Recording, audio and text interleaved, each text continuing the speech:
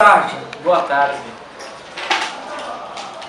Nós estamos aqui em mais um jornal Formandos da Escola Integral Antônio Abras Filho e estaremos mostrando vários tópicos de visitas técnicas e culturais que nós tivemos, como por exemplo ao Shopping Praia Mar, o Aquário de Santos e a Escolástica Rosa. Bom, agora a gente vai falar um pouco sobre a Escolástica Rosa, em que o nosso repórter Thiago Merico está com o professor Valdemar. Nós estamos aqui na ETEC e vamos conversar com o professor responsável Valdemar para ele contar sobre a história da escola e os procedimentos dela. Boa tarde, estamos aqui com o professor Valdemar Tavares Júnior, que é historiador e docente do Centro Paula Souza e mantenedor das ETECs e FATECs. Bom, tem como o senhor nos explicar como foi, como fundou, qual é a história da escola? Ok, então a ETEC Dona Escolástica Rosa, ela é uma ETEC muito antiga. Ela começou o início da sua construção com um legado testamentário de João Otávio dos Santos, filho bastardo de João Otávio Nébias, irmão do conselheiro Nébias, que tinha uma escrava chamada Escolástica Rosa e resolveu alforriá-la no dia do nascimento do filho. Esse filho ele não pôde assumir oficialmente, mas se tornou padrinho desse menino e acabou colaborando na educação dele e se tornou um grande comerciante, um homem muito rico que por volta dos seus 60 anos deixou de trabalhar e foi se dedicar à Santa Casa de Misericórdia, a qual ele era irmão, e se tornou o provedor daquela irmandade que tinha por missão cuidar do hospital. Sentindo-se próximo da sua morte, ele faz um testamento, e esse testamento ele deixa para que seja cumprido após o seu passamento. O responsável pelo testamento foi um advogado e amigo muito querido dele, que chamava-se Júlio Conceição. Então, em 1900, João Otávio falece e começa então o cumprimento do seu legado, do seu desejo. Ele deixa vários imóveis para a Santa Casa, para que seja então realizada uma grande obra em prol de meninos órfãos, sobretudo órfãos de pai. Ele se considerava um órfão de pai vivo, na verdade. E ele manda então que se dê parte dos seus bens para que se constitua um instituto que seria um misto de escola com internato. 70 meninos seriam cuidados pela Santa Casa. Em 1908 é inaugurado, no dia 1º de janeiro, esse prédio suntuoso, que foi feito pelo escritório de Ramos de Azevedo, grande arquiteto que constitui em São Paulo alguns prédios emblemáticos até os nossos dias. É o caso do Tribunal de Justiça, é o caso do Teatro Municipal, é o caso do Mercado Municipal de São Paulo. Bom, a escola ela vai ser, como eu disse para vocês, um misto de um internato com uma instituição de ensino, e ele se preocupa até com os mínimos detalhes, onde ele diz que deve também ter a educação moral. Então a questão religiosa também é levada em consideração, se constrói uma capela, eles têm aula sobre o catecismo, e ao lado disso tem os mestres de ofício que ensinam trabalhos manuais ou ensinam técnicas que serviam às necessidades daquela época. O curso mais antigo e ininterrupto até os dias de hoje é o curso de metalurgia. Chamava-se fundição artística, depois fundição, depois se tornou metalurgia nos anos 60 e serve a Uzi Minas atualmente. A escola ela passou a ter público feminino na década de 30, em 1933. O Estado passa a administrar junto com a Santa Casa, não tem mais condições da Santa Casa sozinha arcar com toda a responsabilidade. Então o Estado vai cuidar da parte pedagógica e a Santa Casa vai cuidar do internato dos meninos. A escola passa a ter então público feminino com uma entrada diferenciada do público masculino e público externo. Certo. E bom, o que é esse monumento? Bom, o monumento aqui, na verdade, ele não é somente um monumento, ele é um mausoléu. Aí estão os restos mortais de João Otávio. 7 anos depois do seu falecimento, trasladaram no cemitério do Paquetá os restos mortais de João Otávio, e ali embaixo, na cadeira, tem uma urna. Esta urna é uma réplica da urna que foi colocada aí dentro, com moedas, jornais, a ata do momento da inauguração desse monumento feito em memória a João Otávio e os restos mortais do patrono, né? De certa maneira, ele é o patrono da escola, né? Ele é o patrono talvez podemos dizer assim, que a escola, o patrono seria a mãe dele, né? Porque ele homenageia a mãe. O nome Dona Escolástica Rosa é homenagem à mãe dele, mas ele é o grande idealizador, ele é o grande mentor de tudo isso que aqui existe. A escola, em 1933, passou a ser administrada com a Secretaria de Educação e em 2003 a Secretaria de Educação deixou de administrar a escola e ela é transferida para o Centro Estadual de Educação Tecnológica Paula Souza, que é uma autarquia de regime especial vinculada à Unesp, a Universidade Estadual Paulista. E desde então a escola se tornou apenas um local para a formação de profissionais, deixou de ter o ensino médio. Essa cabeça, na verdade, é um molde de um monumento que foi feito aqui, que está em Campinas, em homenagem ao maestro Carlos Gomes. Carlos Gomes viveu no século XIX, foi um grande músico. Ele é muito conhecido por uma obra dele que todo mundo que ouve rádio por volta das 19 horas tem a Hora do Brasil. Então se toca um trecho de uma ópera feita por ele chamada O Guarani. É verdade que essa escola não pode ser reformada, por que dela? Reforma, né? Isso, ela não pode ser reformada, porque na verdade é um patrimônio histórico e arquitetônico da nossa cidade. Ela é tombada não de cair, tombada é um atributo legal, é um atributo através de uma lei. E a nossa escola, então, foi considerada um patrimônio artístico, histórico e arquitetônico da cidade de Santos e do estado de São Paulo. Tanto pelo CONDEPASA, que é o Conselho de Defesa do Patrimônio Santista, quanto pelo CONDEFAC, que é o Conselho de Defesa do Patrimônio Histórico, Artístico, Arqueológico e Turístico do estado de São Paulo. Ela deve passar por um processo de restauração, onde os técnicos considerarem que é importante que se restaure, e com certeza alguma adaptação é feita para a realidade dos dias de hoje, mas sem modificar, por exemplo, a sua fachada, que é emblemática, que é um símbolo da cidade, né? Que é uma referência para as pessoas que tanto nos visitam no verão ou em outras épocas do ano, os turistas, quanto os moradores da própria região. Nós tivemos aqui uma última intervenção que foi em 2000, vamos dizer assim, um misto entre reforma, adaptação e restauro.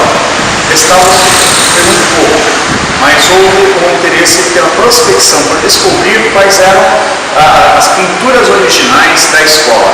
Então nós temos aqui um testemunho na parede que foi deixado, né, pela prospecção e demonstra aqui as várias camadas até chegar à primeira camada, a decoração original.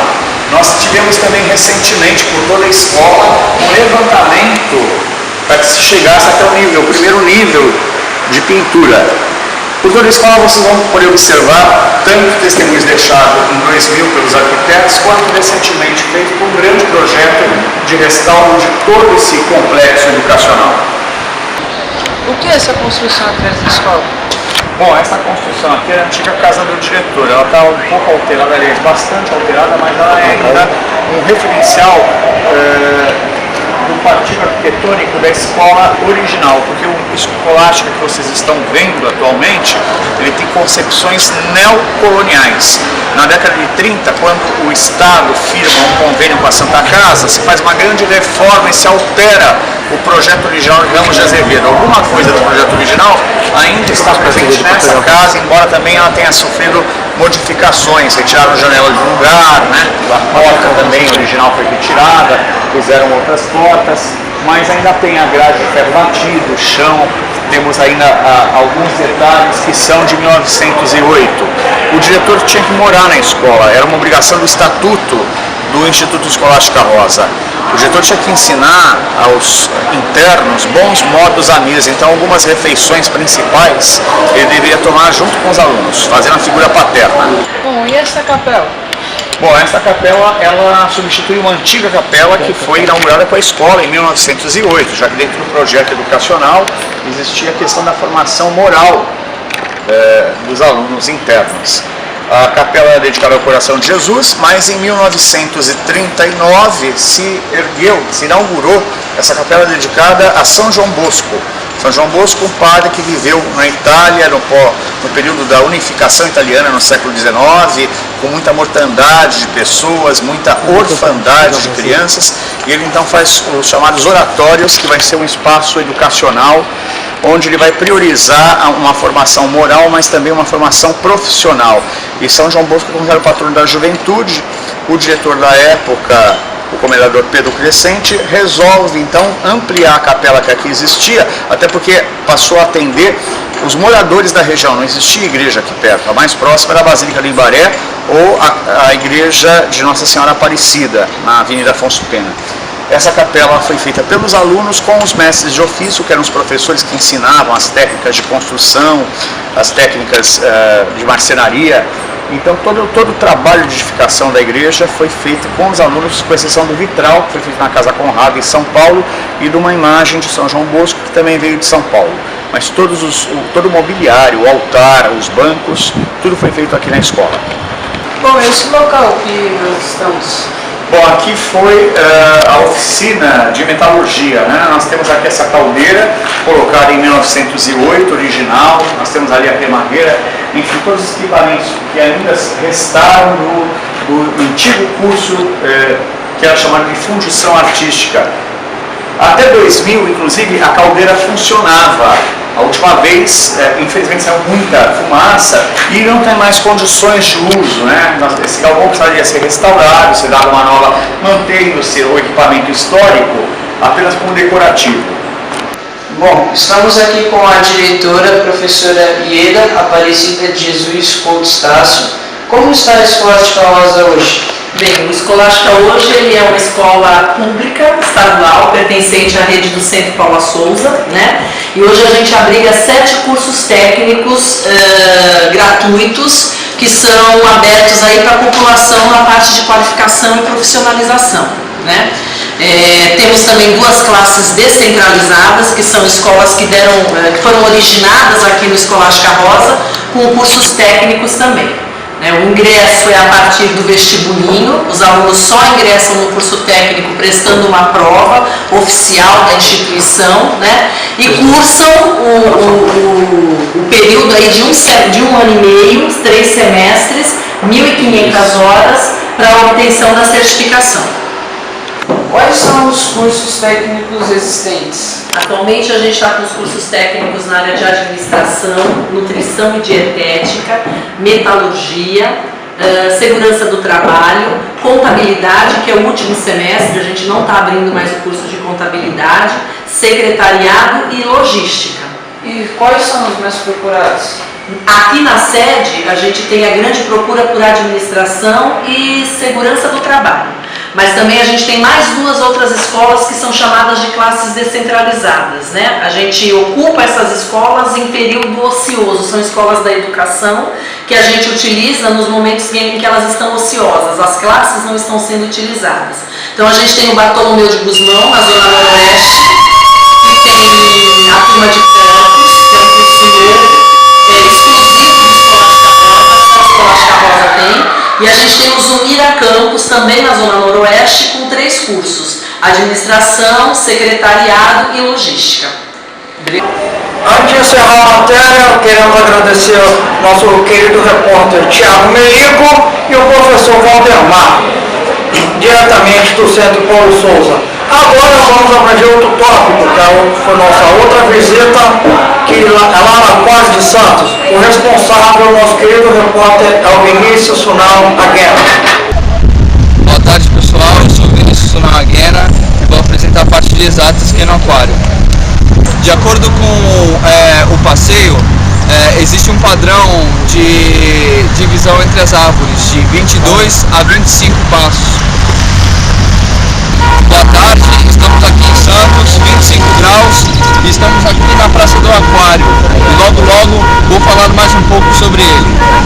Bom, já estamos encerrando a matéria e contamos com a sua presença aqui no Aquário de Santos para que faça uma visita a um de nossos pontos turísticos da cidade. E o Jornal do Formandos vai estar apresentando mais algumas fotos. Agora a gente vai falar um pouco sobre as espécies que há dentro do aquário.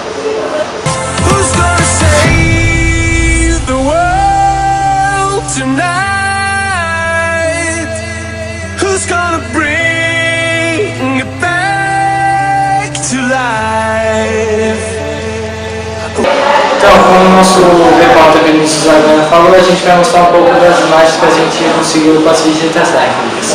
E agora? Antes de encerrar essa matéria, queria agradecer muito aos meus queridos repórteres Vinícius Zagana. Agora a gente vai para os comerciais. Beijos, queridos. Pode começar a ligar antes que as linhas congestionem, hein? 0800 777 7000. Se você ainda não tem uma filmadora, uma câmera digital de alta resolução e ainda um produto que tem as mesmas funções que o iPod, você tem que ligar agora, porque na Tecnomania você vai ter tudo isso e muito mais. Então agora a gente vai falar um pouco mais sobre o nosso último tópico, que é o shopping, em Praia Mar Santos, que o nosso repórter, Leonardo Tadeu, está no local. Eu amo shopping!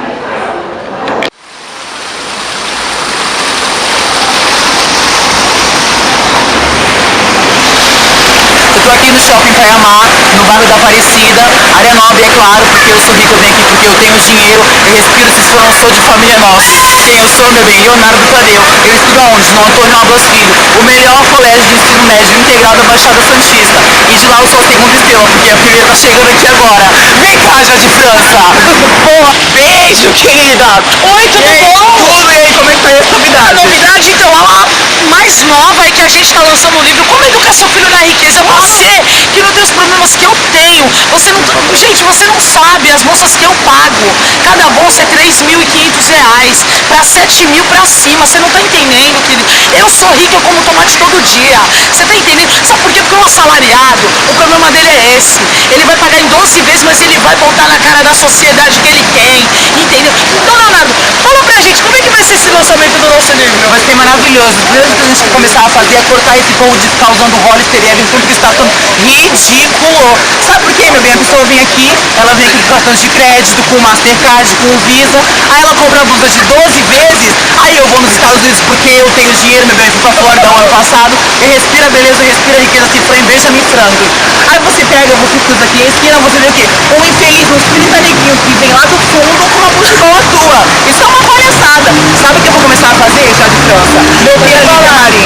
Por que não? Porque, claro que ela é rica, a gente é rica, claro que não. Jorge, né? Então pronto que eu vou começar a fazer, meter uma coisa ridícula. Aí você não sabe, semana passada estava eu, Lindbergh de Chanel, passando na frente da Renner, 40 blusas da Blue não sei o que lá, só muda o tamanho, porque é pra gordo, e tem que ver, né? Porque hoje em dia as baleias, meu bem, tá matando, né? Não? E tem uma que tá mais fina do que um canudo de McDonald's. Querida! Então assim, hoje em dia. É por isso que eu falo, o consumismo ele é uma palhaçada, você tá entendendo? Porque tendo dinheiro ou não, a pessoa ela quer ter, entendeu? Só que assim, gente, vou falar uma coisa, pra você que tá aí do outro lado da tela, você não tem dinheiro, o teu recalque bate no meu estresse da Bulgari e volta. Você tá entendendo? Porque o meu óculos ele é de grife sim, porque eu posso. Beijo, querida, tchau, tchau. Agradecemos ao nosso repórter Leonardo Tadeu, ao terceiro A e também a toda a nossa produção.